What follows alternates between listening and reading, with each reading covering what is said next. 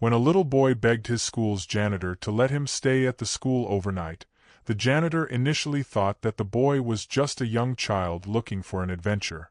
However, after he noticed the boy's jumpy and scared demeanor, and saw a bruise peeking out from under the boy's sleeve, he realized that something sinister and evil was going on in the little boy's home. With the boy's safety hanging in the balance, a race against time began as the boy's teacher, the janitor, and a determined social worker rushed to save him before it was too late. This was a story of bravery, resilience, and the relentless fight for justice. Before we dive in, let us know where you're watching from, and if you believe the truth should always come to light, be sure to like and subscribe for more. A waning autumn sun cast long, spindly shadows across the playground of Brookhaven School. Usually by this hour, the clang of lockers and the clamor of students in the corridors had faded into hushed echoes, leaving only the soft hum of overhead lights and the occasional squeak of shoe soles on polished floors. Mr. Fletcher, the school's longtime janitor, rounded a corner with his mop and bucket in tow. He was used to solitude at this time of day, finishing up his duties, locking the doors, and preparing the building for the morning to come. But on this particular evening, the quiet felt different, uneasy, expectant. He pushed open the wide, double doors to the hallway near the cafeteria and froze when he saw a small figure crouched near the wall. He recognized the silhouette at once. Ben, a quiet, skinny boy who, by all accounts, kept to himself. Mr. Fletcher had never seen him still lingering after hours. Most children that age rushed home the instant the final bell rang. Why was Ben here, huddled on the floor as if trying to disappear into the wall? "Hey, buddy," Mr. Fletcher said, setting his mop aside. "Everything all right?" Ben looked up, startled, as though he had been caught in a forbidden act. The glow of the overhead lights revealed a bruise partially hidden by his shirt sleeve. The boy quickly tugged the fabric down, but not fast enough to hide the mark from Mr. Fletcher's observant gaze. "I'm okay," Ben whispered, though the tremor in his voice betrayed the statement. I'm just waiting." "For what?" Mr. Fletcher asked. But he realized, from the boy's nervous glances and the defeated slump of his shoulders, that waiting might not have been the whole truth. Ben paused as though deciding whether he should speak. Then he swallowed hard and said, "Could I stay here tonight? Like in the gym or somewhere? I promise I won't make a mess." Mr. Fletcher's first instinct was to grin as if it were a joke. Some kids dreamed of sleepovers in spooky school halls. But the fear in Ben's eyes made him go cold. "Stay overnight? Ben, what's going on? Why don't you want to go home?" Ben didn't answer in words.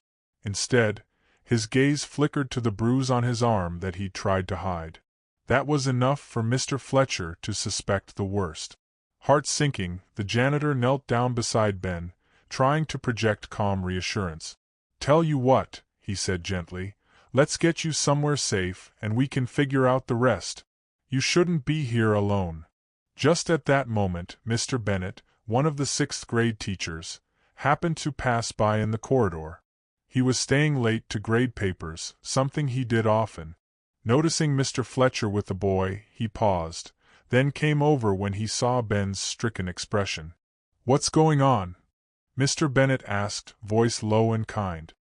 He had a gentle face framed by slightly disheveled hair, and a ready warmth that made children feel seen.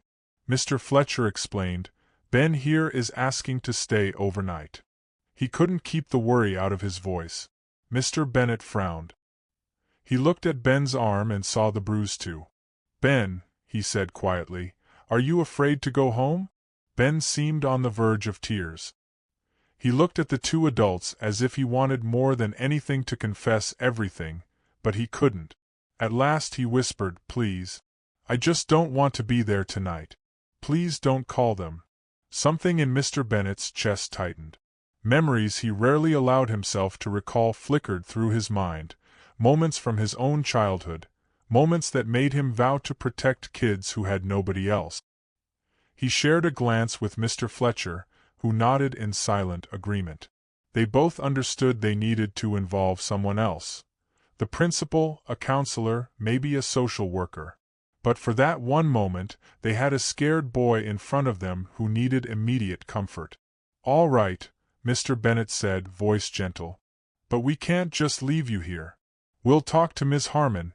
She's still around, I think, and we'll figure this out." They led Ben down the hall to an empty classroom where Ms. Harmon, another teacher, was packing up materials for the next day. She looked up in concern as soon as she saw the boy's tear-streaked face. Within moments, the three adults were speaking in hushed voices. They understood that a phone call needed to be made, to Child Protective Services, or at least to the principal for guidance. Ben, however, clung to Mr. Bennett's sleeve, looking terrified. "You won't make me go back tonight, will you?" Ben asked. "Because they'll be angry if they think I told." Ms. Harmon exchanged a pained glance with Mr. Bennett. "We won't force you to do anything unsafe," she assured him gently. "But we have to see how we can help. That might mean calling someone who can protect you." Ben's small shoulders shook.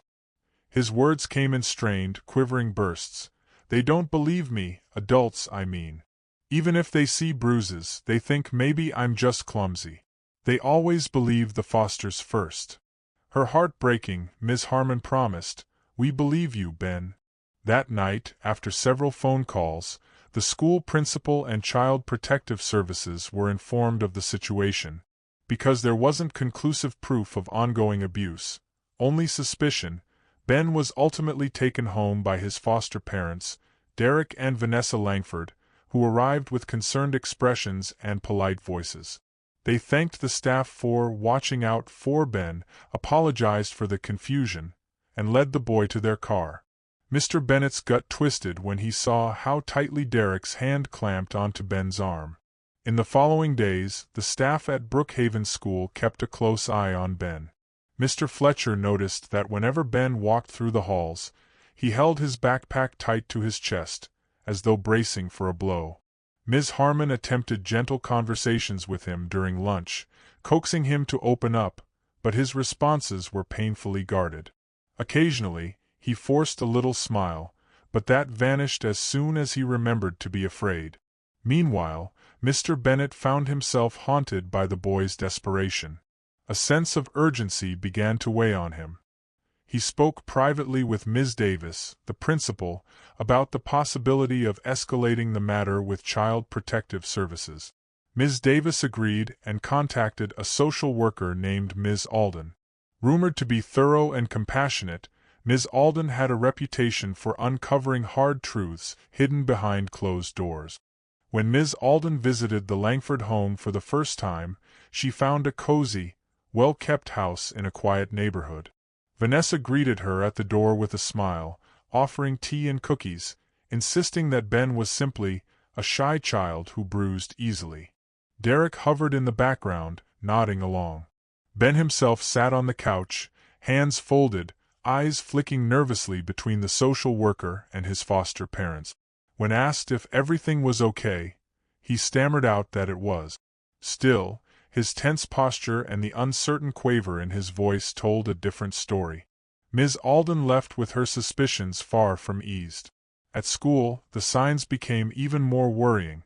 New bruises appeared on Ben's arms, some fresh, some older and faded. When Ms. Harmon or Mr. Bennett asked, he gave halting explanations.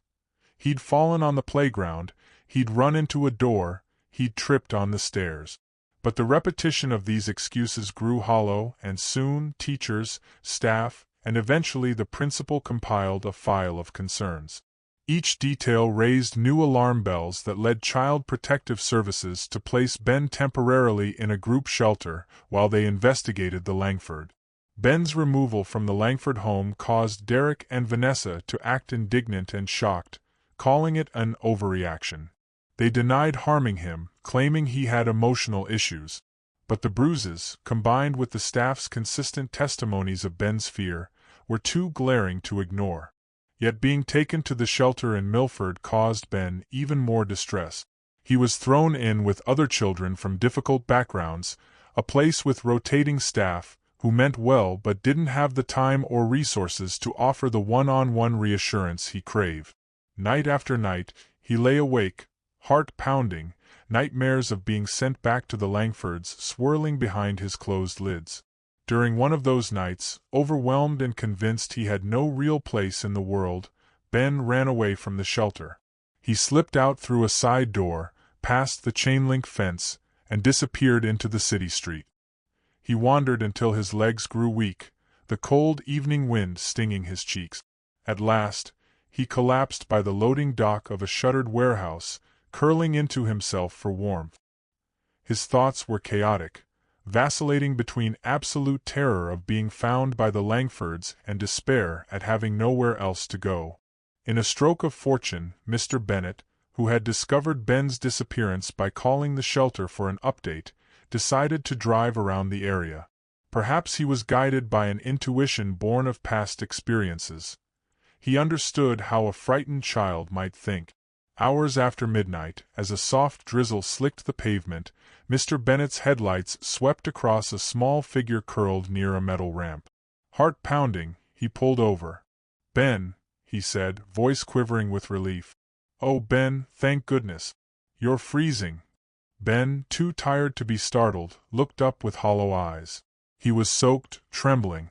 Without further hesitation, Mr. Bennett helped him into the car, cranked up the heat, and drove to a 24-hour diner. Ben ate ravenously, hands still shaking around the mug of hot chocolate.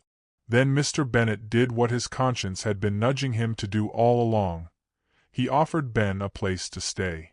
Ben, fear etched into every line of his face, asked in a trembling voice, "But aren't you just going to send me back to a shelter in the morning?" Mr. Bennett shook his head. "I'm going to talk to Child Protective Services," he promised. "I'll explain that I want to foster you, if they'll let me. You need stability. And you deserve that." It wasn't a simple process.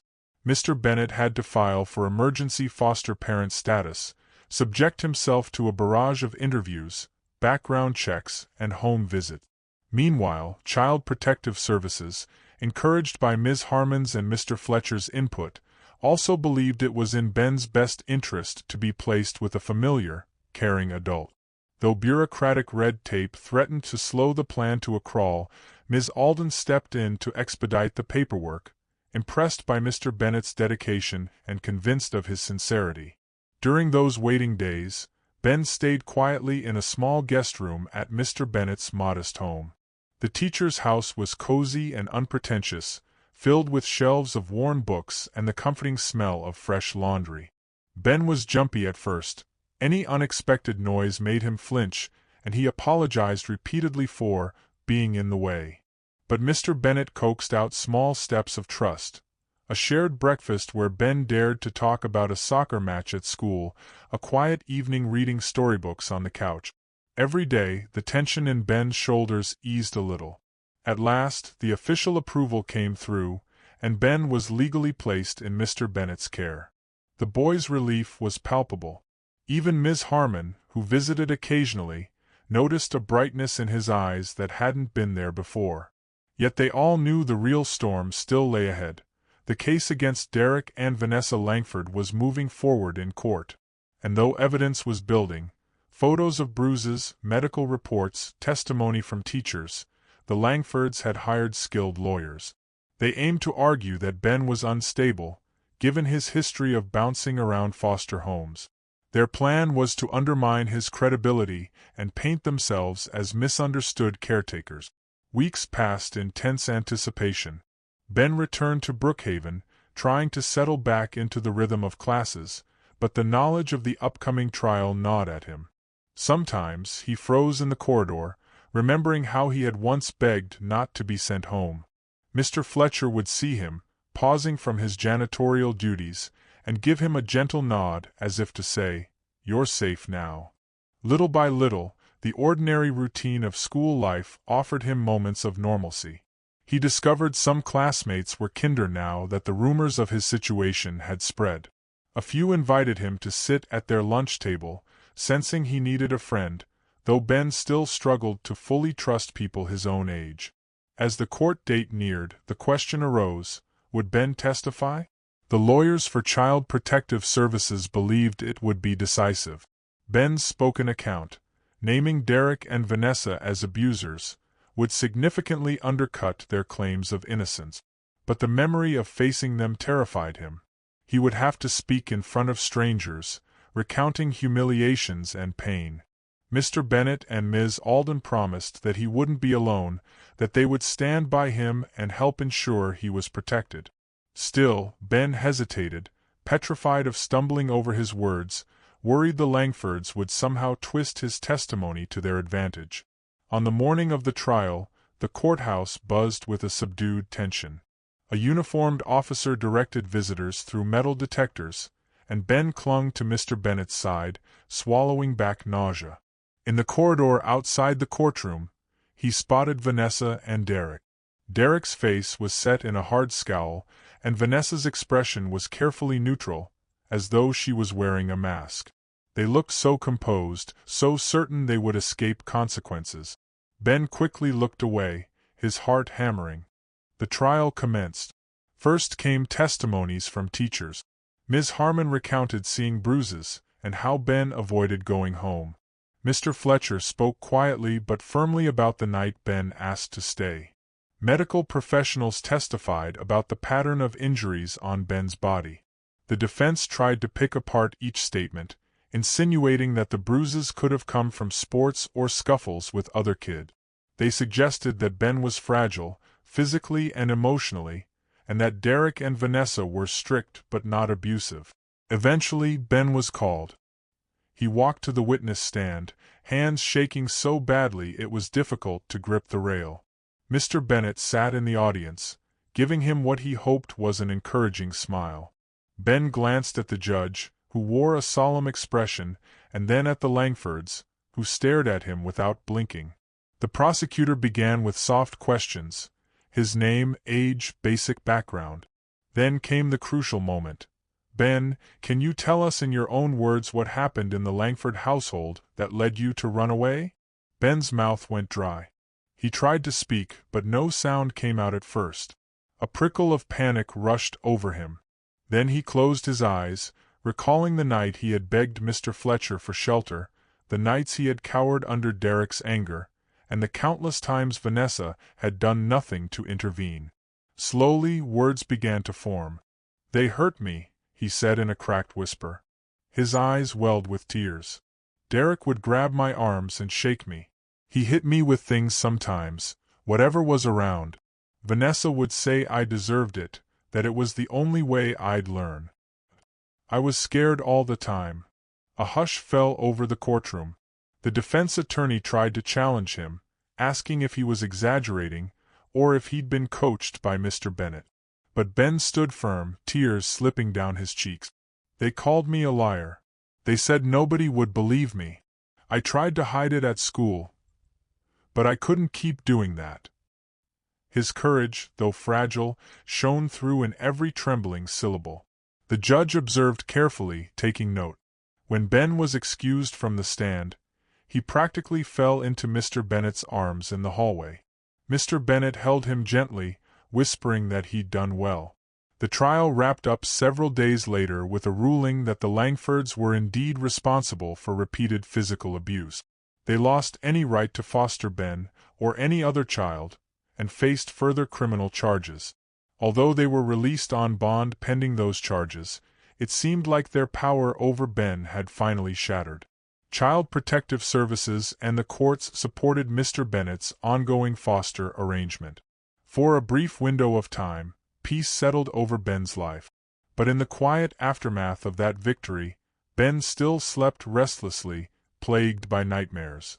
Mr. Bennett did his best to reassure him that the worst was over, yet the boy remained jittery, as if expecting Derek or Vanessa to appear at any moment. He had heard from Ms. Alden that the Langfords were still out there, awaiting trial. He couldn't erase the memories of their voices telling him he was worthless, that nobody would ever save him. 2.5 weeks later, those fears came roaring back to life in the most harrowing way possible. It was a calm night at Mr. Bennett's home. Ben had finished his homework early and was reading a comic book in bed. Mr. Bennett was grading papers in the living room, a soft lamp lighting his stack of essays. Outside, the street was quiet except for the chirp of crickets. Without warning, a window shattered at the back of the house. Ben jolted upright at the sound. Down the hall, Mr. Bennett jumped from the sofa, heart hammering. Before he could react, footsteps pounded. Two figures rushed in from the darkness. Derek and Vanessa, their faces contorted in a mix of fury and desperate resolve. There were no neighbors close enough to hear the broken glass, or if they did, they didn't register it as an emergency. Mr. Bennett started to shout, "Get out," but Derek shoved him aside so hard that he crashed into a table. Vanessa, her voice hissing with controlled rage, spat, "Where's the boy?" Mr. Bennett tried to scramble to his feet, but Derek pushed him again. He struck his shoulder against the wall with a gasp. They stormed down the hall. Ben, hearing the commotion, locked his bedroom door. But Derek was stronger, kicking it in with a splintering crack. Ben cowered, tears already streaming. He let out a small yelp as Derek seized him by the wrist. "I knew you'd do this to us," Derek snarled. "I knew you were a liar from day one." Vanessa's face was pale, her eyes cold. She hissed, "We're taking him. We'll fix this ourselves." Mr. Bennett, staggering down the hall, tried to intervene, but Vanessa blocked him, shoving him back. Derek yanked Ben from his room. "Let go of him," Mr. Bennett cried. His voice was raw, desperate. But Derek dragged Ben toward the back door, ignoring the child's frantic pleas. "Shut up," Derek snapped. "He's coming with us." Mr. Bennett lunged, but Vanessa swung a lamp at him. He ducked, the lamp smashing against the wall. He stumbled, calling out Ben's name. Helplessly, he could only watch as Derek hauled Ben out into the night. Derek and Vanessa forced the boy into their car, the tires screeching as they sped away. Mr. Bennett, bleeding from a cut on his arm, scrambled to his phone to call for help. His voice shook as he explained the situation to the operator. Ben had been kidnapped, taken by the very people who had abused him. It felt like a nightmare unfolding in slow motion. The police arrived quickly, but the Langfords had vanished into the dark roads outside Hollow Creek. An immediate search began, local alerts were sent out, and soon, the case escalated to a multi-county manhunt. Desperation seized Mr. Bennett. He could barely speak to the officers, his throat so tight with fear for Ben's life. Ms. Harmon arrived to comfort him, tears in her eyes. Mr. Fletcher stood off to the side, pale and silent, as if he couldn't believe this was real. For Ben, those first hours of captivity blurred into terror. He cowered on the back seat, Derek's furious eyes glaring at him every time he tried to move. Vanessa was behind the wheel, knuckles white on the steering wheel, leading them onto highways that twisted in unknown directions. Once they were out of the immediate area, Derek shouted, "Pull over somewhere we can hide." They ended up in a dingy motel across state lines, checking in under fake names. They sneaked Ben into the room after midnight, warning him that if he tried to escape, they would track him down. He believed them. Every nerve in his body screamed with dread. For 4 days, Ben was shuttled between cheap motels, sometimes left alone in a room for hours while the Langfords plotted their next move. They kept him silent with threats. "If you scream or draw attention, you'll regret it." Occasionally, Derek struck him across the face or arm just to prove his dominance. Vanessa hovered, half guilty and half complicit, never once stepping in to stop Derek. Ben's mind reeled with panic. He prayed someone would find him, but each hour that passed eroded his hope. Back in Hollow Creek, Mr. Bennett was frantic. The police had turned over the main investigation to a specialized team that worked with missing children. Days dragged by with no leads. The heartbreak was crushing. Mr. Bennett barely slept, haunted by the fear that each passing minute could mean something terrible for Ben. Ms. Harmon tried to keep him from despair, but her own eyes were ringed with sleepless worry. Mr. Fletcher, though never the most outwardly emotional man, volunteered to search rural back roads or deserted motels in a personal effort to find a clue. Eventually, a break came when a motel clerk in a neighboring state recognized Derek from a wanted bulletin. The clerk discreetly contacted the authorities. A covert operation was hastily arranged to confirm the Langfords' location. Late on a Thursday night, a handful of plainclothes agents and local police surrounded the motel. They waited, hearts pounding, as each unit moved into position. Inside the cramped motel room, Ben was curled in a corner, trembling. Derek and Vanessa were arguing in hushed, panicked tones about what to do next. Suddenly, there was a loud knock at the door. A voice shouted, "Management, open up!" Derek, suspecting a trap, tried to yank Ben out of the corner, roaring, "Don't you make a sound!" But before he could act further, the door burst open. Officers flooded in, pinning Derek to the wall. Vanessa shrieked. In the chaos, Derek broke free momentarily and lunged at Ben, arm raised to strike. An FBI agent, one of the plainclothes men, launched forward, tackling Derek to the floor. The older man crashed onto the battered carpet, letting out a furious shout. Within seconds, Derek and Vanessa were restrained. Ben stared wide-eyed, tears streaming, unable to move until an officer gently lifted him to his feet. "Ben," the officer said softly, "you're safe now." Ben's knees buckled in relief. News of the rescue reached Mr. Bennett within the hour. He rushed to the next state, meeting the authorities at a small hospital where Ben was being treated for minor injuries and dehydration. The moment Mr. Bennett saw Ben wrapped in a blanket, he went to him, voice breaking as he said, "It's over. You're safe. You're safe." Ben burst into tears, clinging to him in a hug that spoke of every terror he had endured in those 4 days. Derek and Vanessa were immediately jailed, this time with no chance of release on bond. Charges escalated from child abuse to kidnapping. In the aftermath, the relief was overwhelming. Back in Hollow Creek, Ben stepped through Mr. Bennett's front door on unsteady legs, half expecting the ordeal to be some fleeting dream. But Mr. Bennett was there, Ms. Harmon was there, and even Mr. Fletcher stopped by, offering a sheepish, heartfelt smile. They arranged for Ben to begin therapy sessions that addressed both the physical and emotional trauma he had suffered. The next weeks passed in a fog of recovery. Ben slept in short bursts, plagued by nightmares. Mr. Bennett would find him pacing the hallway at night, tears in his eyes. "I can't get it out of my head," Ben once admitted. "I see them every time I close my eyes." Mr. Bennett sat with him, comforting him until the trembling subsided. Despite the nightmares, each day was a step forward. Therapists taught Ben coping mechanisms for flashbacks and anxiety.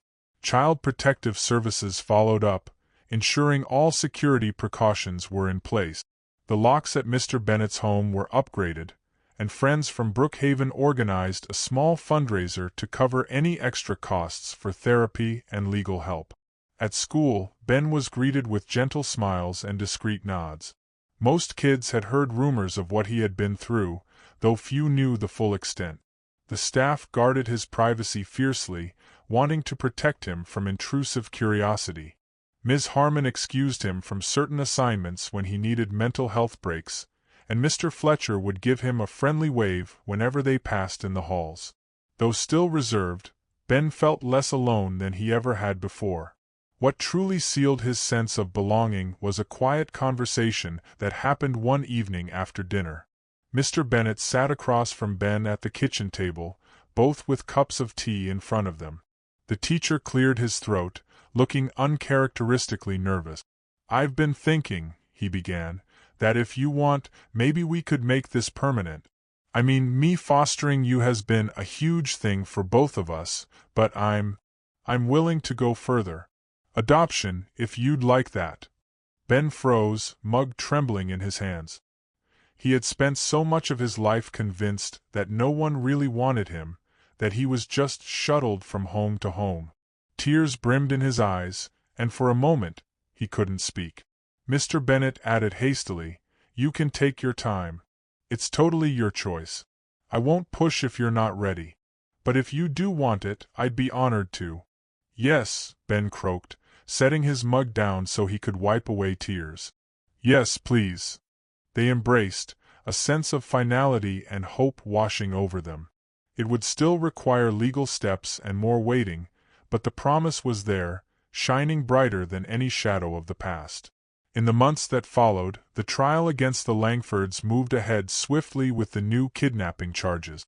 Ben, accompanied by a child advocate and Mr. Bennett, testified one last time, but this time he was calmer, more certain. Derek and Vanessa were sentenced to prison. As the judge read the verdict, Ben felt a tension release in his chest that he hadn't fully realized was there. He left the courtroom feeling lighter, as if an enormous weight had finally been lifted off his shoulders. After that, life gradually settled into a rhythm of normality. Therapy appointments became less about crisis management and more about healing. Brookhaven School felt like a haven, not a place to flee from. Ben formed closer friendships with a few classmates who had shown him kindness. He even joined an after-school art club, discovering he could express his feelings better through colors and sketches than word. On a warm afternoon a few months later, final paperwork made the adoption official. The moment the judge declared Ben legally Mr. Bennett's son, the boy's eyes shone with amazement, as though he couldn't quite believe a stable, loving home was truly his. Mr. Bennett whispered, "I promise to always be there for you," and Ben nodded, too overwhelmed with gratitude to speak. That night, a quiet dinner took place at home, just the two of them, with Ms. Harmon and Mr. Fletcher stopping by for dessert. There was no fanfare, no lavish party, just the warm glow of a lamp over a simple meal. Yet in Ben's eyes, it felt like the most important celebration he could imagine. He caught Mr. Bennett looking at him with a soft smile, and for the first time in what felt like forever, Ben's future gleamed with promise rather than fear. Though neither of them would ever forget the harrowing events, there was comfort in knowing that life could move forward. The scares, the legal battles, and the trauma had forged a bond between them that was unbreakable. Together, they would continue therapy sessions, continue weaving new memories that gradually overshadowed the old scars. A month after the kidnapping, on a calm weekend evening, they sat around the living room, reading quietly. Ben glanced over at Mr. Bennett, who had fallen asleep with an open book in his lap. A wave of warmth filled Ben's chest. The nightmares still visited him sometimes, but each day made them a bit less powerful. In the silence of that living room, he felt it, the steady, reassuring presence of a family he had once believed would never exist. At last, Ben allowed himself a real smile. He curled up on the couch, letting the hush of the evening envelop him. Despite everything, he was here, safe and loved. And that, more than anything else, was what he had wanted for so long. Thanks for watching till the end. If you enjoyed the story, give this video a like if you haven't already, and subscribe for more.